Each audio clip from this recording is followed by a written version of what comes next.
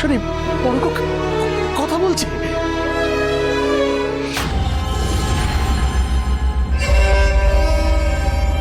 বড় খোকা, তুই আবার কথা বলতে পারছিস? বড় খোকা,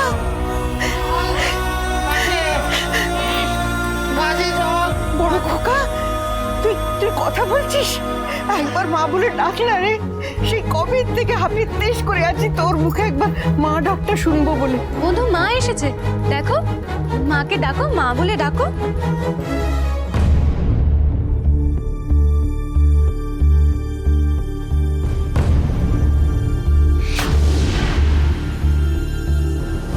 ও বড় খোকা, একবার মা বলে ডাক না রে।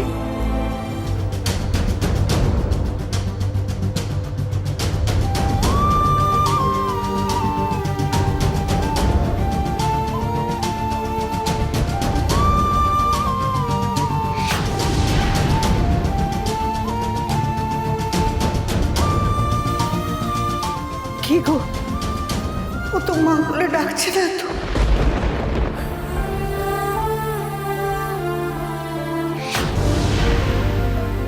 বড় খোকা, ও বড় খোকা, একবার মা বলে ডাক না রে। আন্টি দাদা তো সবে কথা বললো, তো একটা দিন দাও, দেখবে তোমাকে আবার মা বলে ডাকবে, ঠিক ডাকবে।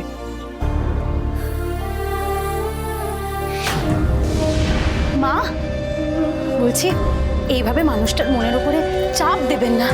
একটা ভালো মন্দ কিছু হয়ে গেলে আপনি নিজেকে ক্ষমা করতে পারবেন তো?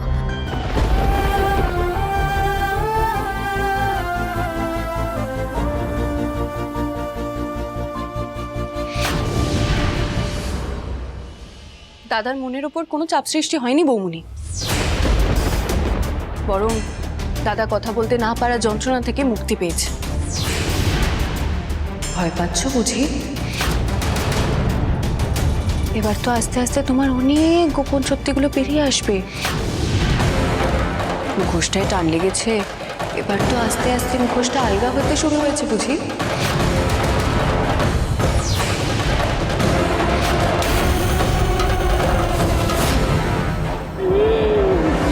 বাজে বাজে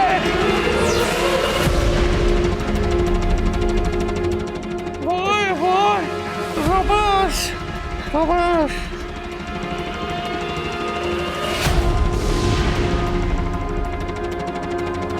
বাজে জল ধপাস।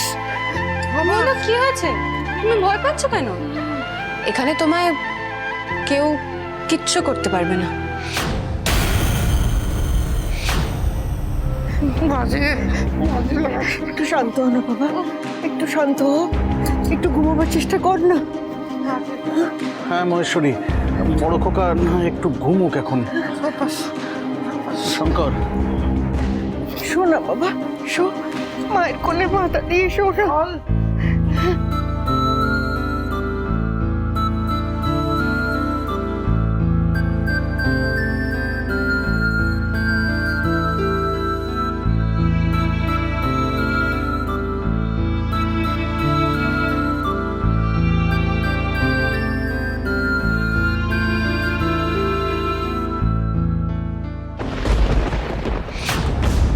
বৌমনি, ধর্মের কল বাতাসে নড়ে, তুমি প্রস্তুত থেকো।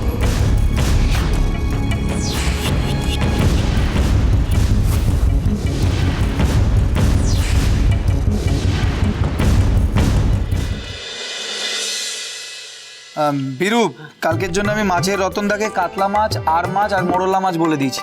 আর লাউ চিংড়ি হবে তো তাই কুচে চিংড়িও বলে দিয়েছি। আর হ্যাঁ, ওই পাবদার ঝাল হবে, তাই তুই দেশি পাবদার নিয়ে নিস মনে কর। মেজাবু, চালও তো শেষ হয়ে গেছে। চাল আমি তাহলে হরেন্দাকে বলে দিচ্ছি, ওই 25 কেজি 4টে বস্তা দিয়ে যাবে, তুই চিন্তা করিস না। আচ্ছা, আর এক সেকেন্ড, তোকে বাজারে সবজির লিস্ট দিয়ে দিয়েছি, তুই একটা কাজ কর, তুই সব সব মিলিয়ে নিয়ে নিস আর তাড়াতাড়ি আসিস। আচ্ছা।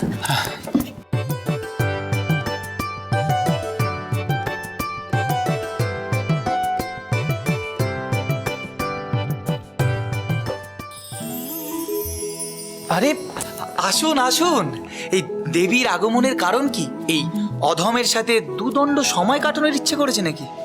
সে ইচ্ছে তো সবসময় হয়, কিন্তু আমার না একটা দরকারি কথা আছে জানো। আবার দরকারি কথা?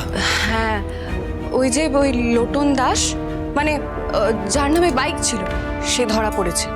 থানার ওসি মিস্টার দত্ত আমাকে ফোন করে জানিয়েছে।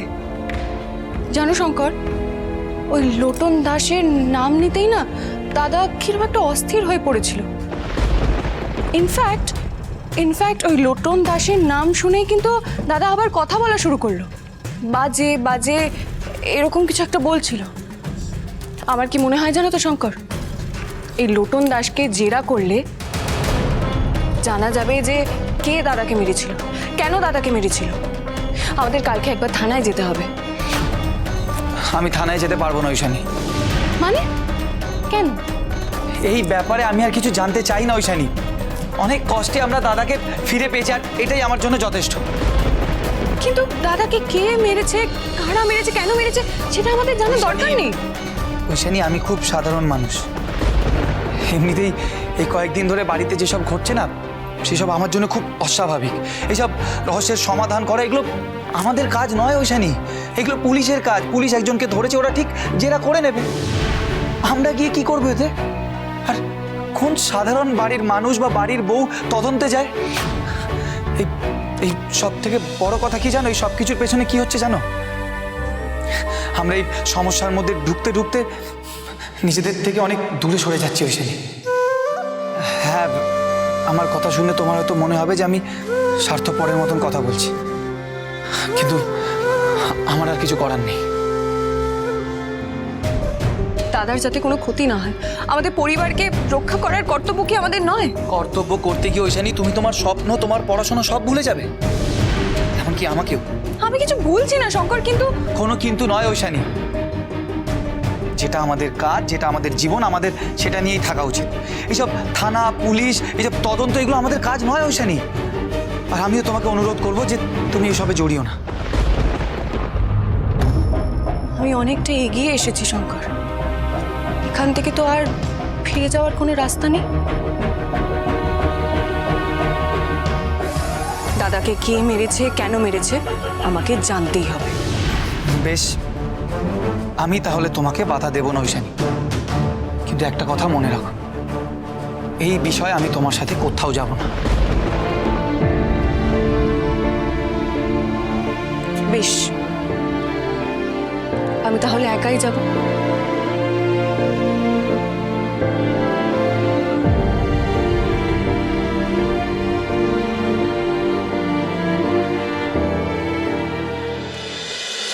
Officer, lotion Das.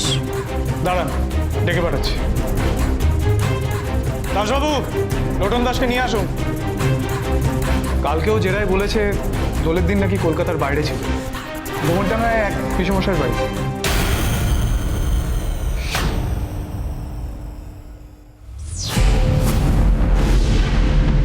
এই খেয়েছে, এ তো বসের শালি। না না, খুব সামনে কথা বলতে হবে তো। হয়তো লোটন দাস চলে এসছে।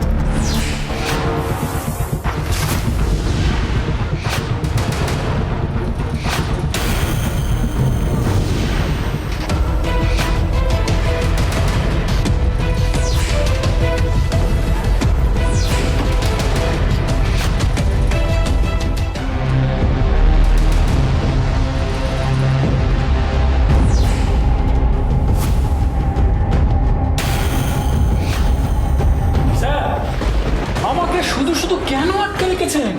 হোলির দিনে আমি কলকাতায় ছিলাম না। কলকাতায় হোলির দিনে কোথায় কি ঘটেছে সেটা আমি কি করে জানবো বলুন? একদম মিথ্যা কথা বলবে না। আমায় চেনা যাচ্ছে না, না? ত্রিশূলের মারের দাগগুলো কি আছে না মিলে গেছে? চেন দিয়ে চাপকানোর দাগগুলো এত তাড়াতাড়ি শুকিয়ে গেল? হ্যাঁ স্যার, উনি কি বলছেন এগুলো? মিস্টার দত্ত, আমি সাক্ষী আছি। এই লোকটাই পুলিশ সম্মানহানি করার চেষ্টা করেছিল।